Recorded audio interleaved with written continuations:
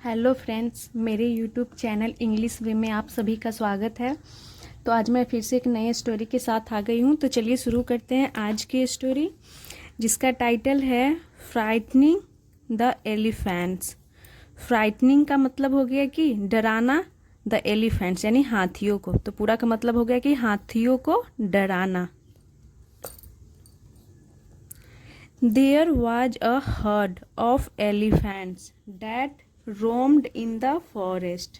There was a herd. तो herd का मतलब होता है झुंड, of elephants यानी हाथियों का एक झुंड। There was a herd of elephant, तो पूरा का मतलब हो गया कि एक हाथियों का झुंड था। तो there as a subject use किया गया सेंटेंस को पूरा करने के लिए। यहाँ पे there का कोई मतलब नहीं है। तो एक हाथियों का झुंड था। That roamed in the forest with their king. That यानी कि जो, रोम्ड तो रोम का मतलब होता है भटकना, इधर उधर घूमना। तो रोम्ड इन द फॉरेस्ट यानी कि जंगल में भटकता था। विथ देयर किंग अपने राजा के साथ। तो एक हाथियों का झुंड अपने राजा के साथ जंगल में भटकता था। दे वर बिग एंड स्ट्रांग। दे वर यानी कि वे, अब दे प्रोनाउन यूज किया गया है हर्ट के लिए, यानी कि एक से ज़्यादा है तो दे प्रोनाउन का यूज किया गया है। दे हमारा सब्जेक्टिव प्रोनाउन हो गया। दे वर बिग, वे बड़े थे, एंड स्ट्रांग और मजबूत थे।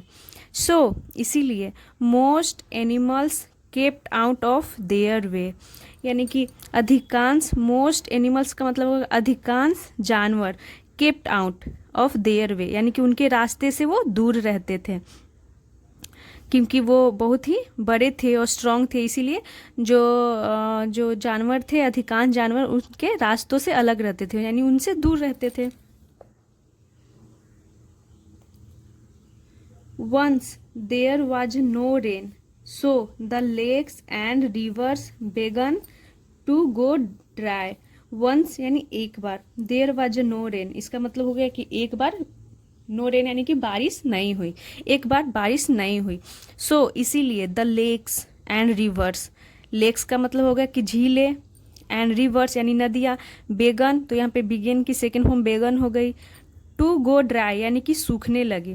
तो गो यानी कि जाने के लिए यहाँ पे यूज नहीं किया है, गो ड्राई यानी कि सूखने लगी, यानी जो झीलें थी, नदियाँ थी, वो क्या होने लगी, सूखने लगी, क्योंकि बारिश नहीं हुई थी जिसकी वजह से। द एलिफेंट्स वर वरीड, जो हाथी थे वो चिंतित थे। They needed a lot of water and so did their calves. They needed यानी कि उन्हें जरूरत थी, अ लॉट ऑफ वाटर यानी कि बहुत सारे पानी की जरूरत थी, एंड सो का मतलब हो गया कि भी, डिड देयर काफ्स, तो यहाँ पे काल्व्स का मतलब होगा कि बछड़े। तो CALF काफ होती है यानी कि बछड़ा, तो उसकी प्लूरल फॉर्म हो गई, एफ हट जाती है और VES लास्ट में ऐड हो जाता है, यानी कि काल्व्स यानी कि बछड़े। तो इस पूरा का मतलब हो गया यहाँ से यहाँ तक कि उन्हें बहुत सारा पानी और उनके बच्चों को भी, यानी उनके बछड़ों को भी पानी की बहुत ज़रूरत थी। They went to their king, they went to their king इसका मतलब हो गया कि वे गए, देयर किंग यानी कि अपने राजा के पास गए। टू यहाँ प्रीपोजिशन हो गया, जो कि ये दिखा रहा है कि वो कहाँ गए, तो राजा के पास गए। देयर यहाँ पे पजेसिव एडजेक्टिव हो गया, इसके बगल में ये किंग हमारा नाउन हो गया। पजेसिव के बगल में क्या आता है, नाउन आता है, तो ये हमारा पजेसिव एडजेक्टिव हो गया। They went to the, the नहीं है, they went to their king with their woes and pleaded with him to find a way to help them. तो इसका मतलब होगा कि वो अपने राजा के पास गए, विथ देयर वोज यानी कि इसका मतलब, वोज का मतलब हो गया कि संकट, परेशानी के साथ, विथ यानी कि साथ, अपने परेशानी के साथ, एंड प्लीडेड यानी कि विनती की, विथ हिम यानी कि उससे, किनसे, तो यहाँ पे हिम प्रोनाउन किंग के लिए यूज किया गया है, जो हाथियों का राजा है उसके लिए। तो वो हाथियों के राजा के पास जाते हैं अपने संकट परेशानी को लेकर के, टू फाइंड यानी कि ढूंढने के लिए। और यहाँ पे टू प्रीपोजिशन नहीं, यहाँ पे टू हमारा इन्फिनिटिव हो गया। टू फाइंड यानी कि ढूंढने के लिए, अ वे यानी कि रास्ता, जरिया, टू हेल्प देम यानी कि उनकी मदद करने के लिए। तो वो जाते हैं अपने किंग के पास अपनी मदद करने के लिए, एक जरिया ढूंढने के लिए, रास्ता ढूंढने के लिए। The elephant king remembered that there was a large lake in the forest with an underground supply of fresh water. The elephant king remembered, यानी कि जो हाथी राजा थे उन्हें याद आया कि, तो यहाँ पे सेकेंड फॉर्म के रूप में लिखी गई है रिमेम्बर्ड, याद आया, डैट कि there was a large lake, एक बड़ा सा, लार्ज का मतलब हो गया बड़ा, वाज यानी था, एक बड़ा लेक यानी कि एक बड़ा झील था, इन द फॉरेस्ट जंगल में, with an underground supply of fresh water. तो इसका मतलब हो गया कि एक जंगल में एक बड़ा झील था जिसमें फ्रेश जल का यानी कि स्वच्छ जल, फ्रेश वाटर का मतलब हो गया कि साफ जल का क्या था, सप्लाई यानी कि भंडार था। तो सप्लाई मतलब होता है आपूर्ति या फिर भंडार, अंडरग्राउंड का मतलब हो गया भूमिगत यानी कि जमीन के अंदर। तो हो गया कि जंगल में एक झील था जिसमें भूमिगत स्वच्छ जल का भंडार था, ये हो गया। He told the other about it, he told यानी कि उसने बताया, टेल की सेकेंड फॉर्म टोल्ड हो गई, द अदर से यानी कि अन्य से, दूसरे से, अबाउट इट यानी इसके बारे में। तो किसके बारे में, इट किसके लिए यूज किया गया है, तो उस अंडरग्राउंड जो पानी मिला था, झील की बात हो रही थी, बड़ी सी झील की, उसके बारे में, अबाउट यानी के बारे में उसने बताया।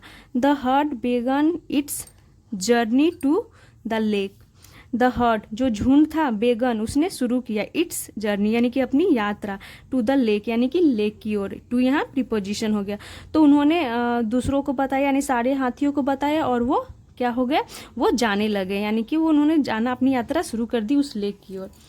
वन मॉर्निंग एक सुबह, they found themselves near the lake and rush to the water, एक सुबह दे फाउंड यानी कि उन्हें मिला, देम सेल्फ यानी खुद को, नियर द लेक यानी कि झील के पास, and rush to the water, तो रस्ट यानी कि भागे, टू द वाटर यानी कि पानी की ओर वो भागे। तो एक सुबह वो यानी कि उन्हें वो झील मिल जाता है और वो पानी की ओर भागते हैं। The mud banks of the lake were soft and wet, जो मड बैंक्स, तो लेक के किनारे को क्या बोलते हैं, बैंक बोलते हैं। तो जो वो बैंक था यानी कि मड बैंक्स का मतलब हो गया कि झील के किनारे की जो मिट्टी थी वो, ऑफ द लेक यानी किसकी, तो झील की जो किनारे की मिट्टी थी वो कैसी थी, वर यानी थी, सॉफ्ट यानी कि नरम थी, एंड वेट और गीली थी। तो झील के किनारे की जो मिट्टी थी, तल थी, वो कैसी थी, सॉफ्ट थी और वेट थी यानी गीली थी।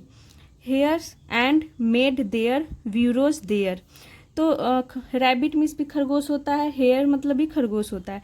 हेयर्स यहाँ पे हैड मेड यानी कि बनाए थे, तो यहाँ पे पास्ट परफेक्ट के रूप में लिखा गया है, हैड के साथ वर्ब की थर्ड फॉर्म, तो मेक की थर्ड फॉर्म मेड होती है, सेकेंड फॉर्म भी मेड ही होती है। तो खरगोशों ने अपना घर बनाया था, देयर ब्यूरोज यानी कि अपना बिल, ब्यूरोज यानी कि बिल होता है जहाँ पे खरगोश रहते हैं, देयर यानी कि वहाँ पे। तो ये दिखा रहा है कि उस स्थान पे दिखा रहा है कि झील के किनारे उन्होंने अपना बिल बनाया था, घर बनाया था। द एलिफेंट, एक मिनट मैं इससे पहले,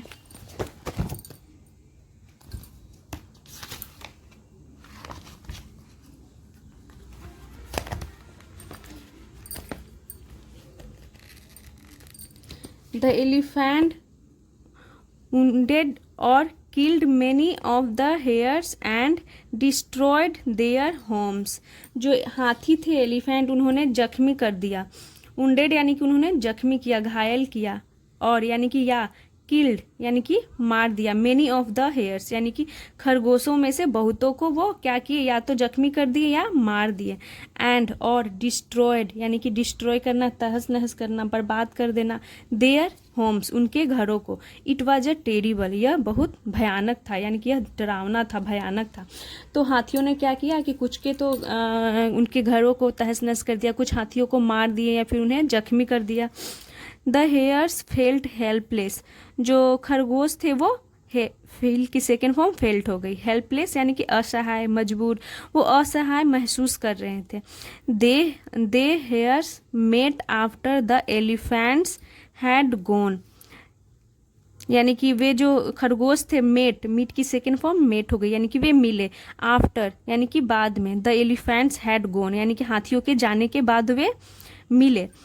दे क्राइड अलॉट, वे क्राइड अलॉट का मतलब वो बहुत रोए, देन तब they started discussing what they should do to protect themselves from such an attack in future. तो इसका मतलब हो गया कि जब वो हाथी चले गए उसके बाद खरगोश मिले और वो बहुत रोए, तब उन्होंने क्या किया, देन तब दे स्टार्टेड डिस्कसिंग, यानी कि वे चर्चा करने लगे। स्टार्ट के बगल में डिस्कसिंग, ये हमारा जेरंड हो गया। तो वो उसके बाद वो चर्चा करने लगे। स्टार्ट की सेकंड फॉर्म हो गई स्टार्टेड। व्हाट दे कुड, यानी कि वे क्या कर सकते, उन्हें क्या करना चाहिए। टू डू उन्हें डिस्कसिंग व्हाट दे शुड, यानी कि उन्हें क्या करना चाहिए। शुड यानी चाहिए, डू यानी करना, टू प्रोटेक्ट यानी कि सुरक्षित रखने के लिए, देम सेल्फ्स यानी कि खुद को सुरक्षित रखने के लिए उन्हें क्या करना चाहिए, इसके बारे में वो चर्चा करने लगे, डिस्कसिंग करने लगे। From such an attack in future, यानी कि ऐसे अटैक से, सच मतलब हो गया ऐसे, एन अटैक इन फ्यूचर यानी भविष्य में ऐसे हमलों से बचने के लिए क्या करना चाहिए, इस पे वो डिस्कस करने लगे एक साथ मिलकर। They are simply too huge and too many.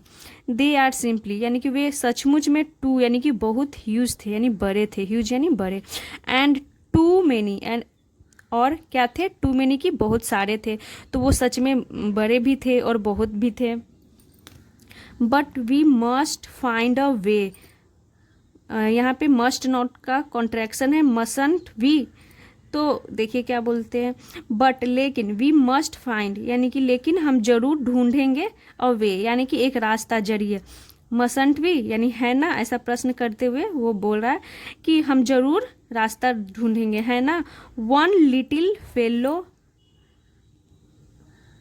Piped up, यानी कि जो छोटा था, फेलो यानी कि छोटा साथी, फेलो यानी साथी हो गए, एक छोटा साथी ने कहा, पाइप्ड अप यानी कि कहा। तो एक छोटा जो क्या था, सॉरी हाथी की नहीं, यहाँ तो खरगोश की बात हो रही है। तो एक जो छोटा खरगोश था उसने कहा, can't we frighten them off. तो यहाँ पे कैन से शुरू की गई है और ये कैन नॉट का कॉन्ट्रैक्शन है। इसका मतलब ये हो गया, वे क्वेश्चन कर रहा है कि क्या हम कांट वी, क्या हम फ्राइटन देम ऑफ, क्या हम उन्हें डराकर भगा नहीं सकते, ऐसा वो प्रश्न कर रहा है। तो ऑफ यहाँ पे इसीलिए लगा हुआ है क्योंकि ये दिखा रहा है कि हम उन्हें क्या डराकर के यहाँ से भगा नहीं सकते, इस सेंस में ये दिखाने के लिए ऑफ का यूज किया गया। Can't we frighten them can, क्या हम उन्हें डरा नहीं सकते, यानी डरा के उन्हें भगा नहीं सकते। Yes that is not a bad idea, हाँ that is not a bad idea, यानी उसका मतलब ये हो गया कि हाँ यह खराब विचार नहीं है, यानी कि सब सहमत थे, सब बोले कि हाँ ये अच्छी बात है, मतलब कि खराब विचार नहीं है ये भी। हम let me think said an old hare, यानी कि हम, ऐसा बोलता है, लेट मी थिंक मुझे सोचने दो, किसने कहा, सेड यानी कि कहा। तो एन ओल्ड हेयर यानी कि एक बूढ़े खरगोश ने बोला कि लेट मी थिंक यानी कि मुझे सोचने दो। आफ्टर अ वाइल यानी थोड़ी देर के बाद, ही सेड उसने कहा, you know elephants are slightly foolish creatures. You know तुम्हें पता है, तुम जानते हो, एलिफेंट्स जो हाथी होते हैं, आर स्लाइटली यानी कि थोड़े, फुलिश यानी मूर्ख होते हैं, स्लाइटली मतलब हो गया थोड़े, फुलिश यानी कि मूर्ख होते हैं, क्रिएचर्स यानी प्राणी। तो वो बोलता है कि तुम जानते हो कि जो हाथी होते हैं थोड़े मूर्ख प्राणी होते हैं। दो हालांकि, they are so big and so strong. Though यानी कि हालांकि, वे हैं, आर यानी है, सो बिग यानी कि बहुत बड़े, और सो स्ट्रॉन्ग और बहुत मजबूत है। They will believe anything you tell them. They will believe यानी कि वे विश्वास करेंगे, एनीथिंग यानी कुछ पे, यू टेल यानी जो तुम कहोगे उस पर वो विश्वास करेंगे, देम यानी कि उन्हें, यानी कि यू टेल देम यानी तुम उन्हें जो भी कहोगे वो विश्वास कर लेंगे, क्योंकि हाथी तो बड़े बड़े होते हैं, मजबूत भी होते हैं, लेकिन थोड़े मूर्ख होते हैं, ऐसा एक खरगोश बोलता है। शैल वी ट्रिक देम, अब यहाँ पर भी क्वेश्चन कर रहा है और शैल का यूज किया गया, यानी ऐसे पूछ रहा है कि क्या हम, शैल वी ट्रिक देम, क्या हम उसके साथ छल करेंगे, ऐसा बोल रहा है एक। खरगोश था वो मतलब क्वेश्चन कर रहा है कि क्या हम ऐसा छल करेंगे हम, क्योंकि जो हाथी होते हैं वो थोड़ा मूर्ख होते हैं। द हेयर्स अग्रीड, जो खरगोश थे वो अग्रीड यानी कि सहमत हो गए, मान गए। अग्री की सेकेंड फॉर्म अग्रीड हो गई। One of us will go as a messenger to the elephants. One of us यानी कि हम में से एक, विल गो यानी जाएगा, एज अ मैसेंजर यानी कि मैसेंजर के रूप में। तो मैसेंजर का मतलब हो गया कि संदेशवाहक या फिर दूत बोल सकते हैं, जिसे संदेश एक जगह से दूसरी जगह भिजवाते हैं। टू द एलिफेंट, तो क्या बोला कि हाथियों के पास हम में से एक जाएगा दूत के रूप में। टेल द किंग यानी कि राजा से कहो, with best wishes from the lord of the lake. Chandrama यानी कि राजा से कहो विथ वेस्ट विशेस, यानी कि वेस्ट विशेस का मतलब शुभकामनाओं के साथ, द लॉर्ड यानी कि भगवान, ऑफ द लेक यानी झील के भगवान Chandrama. That this lake belongs to the lord, तो क्या बोलता है कि हम में से एक कोई जाएगा और राजा से कहेगा, यानी हाथियों की राजा से बोलेगा कि झील के जो देवता हैं चंद्रमा, उनके ये शुभकामनाओं के साथ कि दिस लेक यानी जो यह झील है, बिलोंग यानी संबंधित है, टू द लॉर्ड यानी कि भगवान से, यानी जो ये झील है वो भगवान से संबंधित है, यानी कि वो झील भगवान का है। ऐसा जाके यानी कि जो लेक है वो भगवान का है, चंद्रमा यानी कि झील के जो देवता हैं कौन है, चंद्रमा, उनका है। बिलोंग यानी कि उनसे संबंधित है, यानी कि उनका है।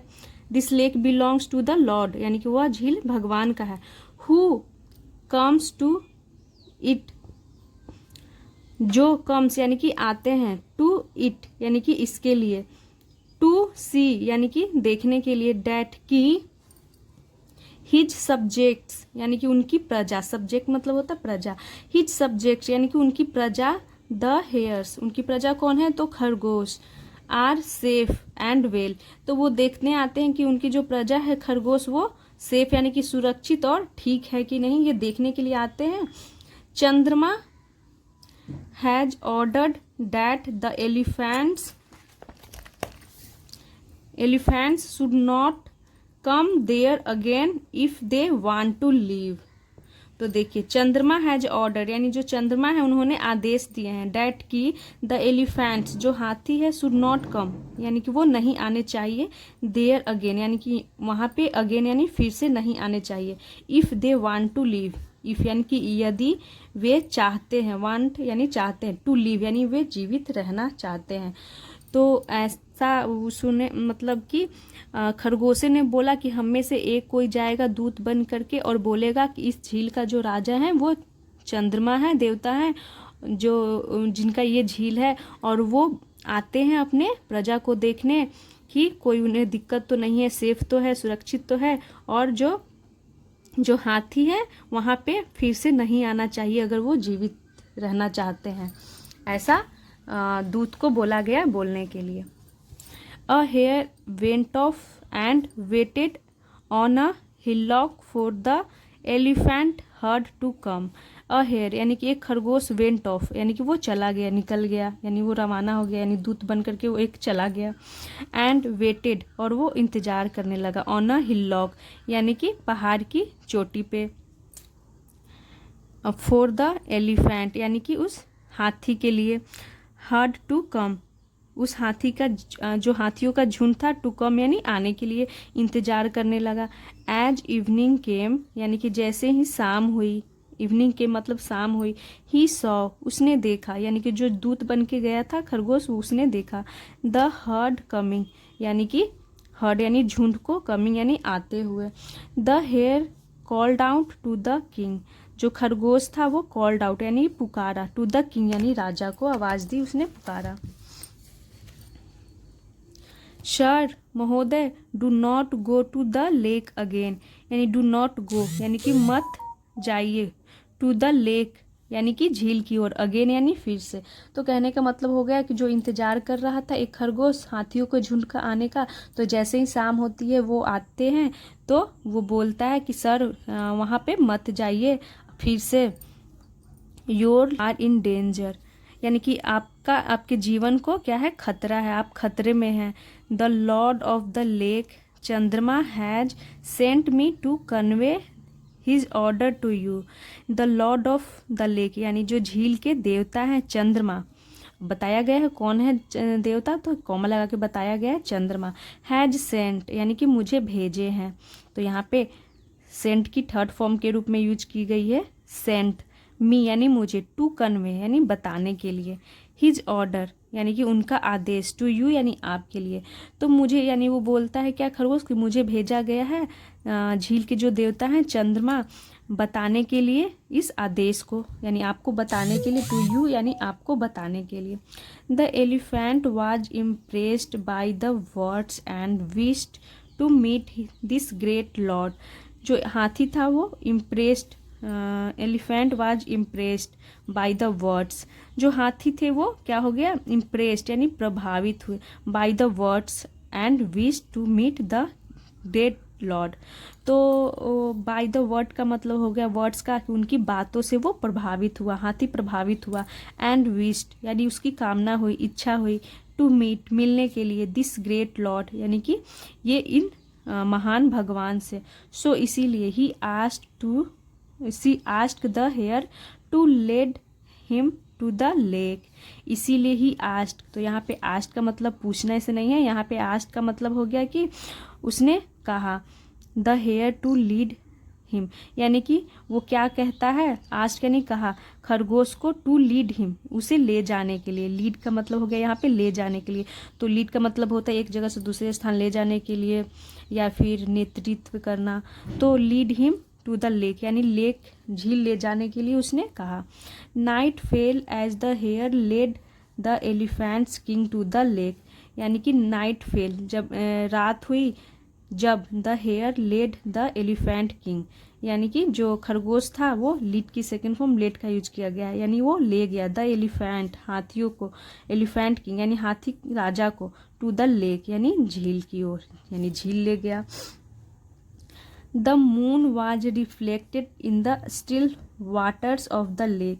जो मून चंद्रमा थे, वाज रिफ्लेक्टेड यानी चंद्रमा का जो प्रतिबिंब था, रिफ्लेक्टेड यानी प्रतिबिंब, in the still waters of the lake यानी जो स्थिर पानी था, स्टिल वाटर्स का मतलब हो गया यहाँ पे स्थिर पानी, शांत पानी, ऑफ द लेक यानी कि झील के जो शांत पानी था उस पर प्रतिबिंब बना। रिफ्लेक्टेड यानी कि प्रतिबिंब, यानी जो चंद्रमा की प्रतिबिंब पानी पे, शांत पानी पे प्रतिबिंब बना।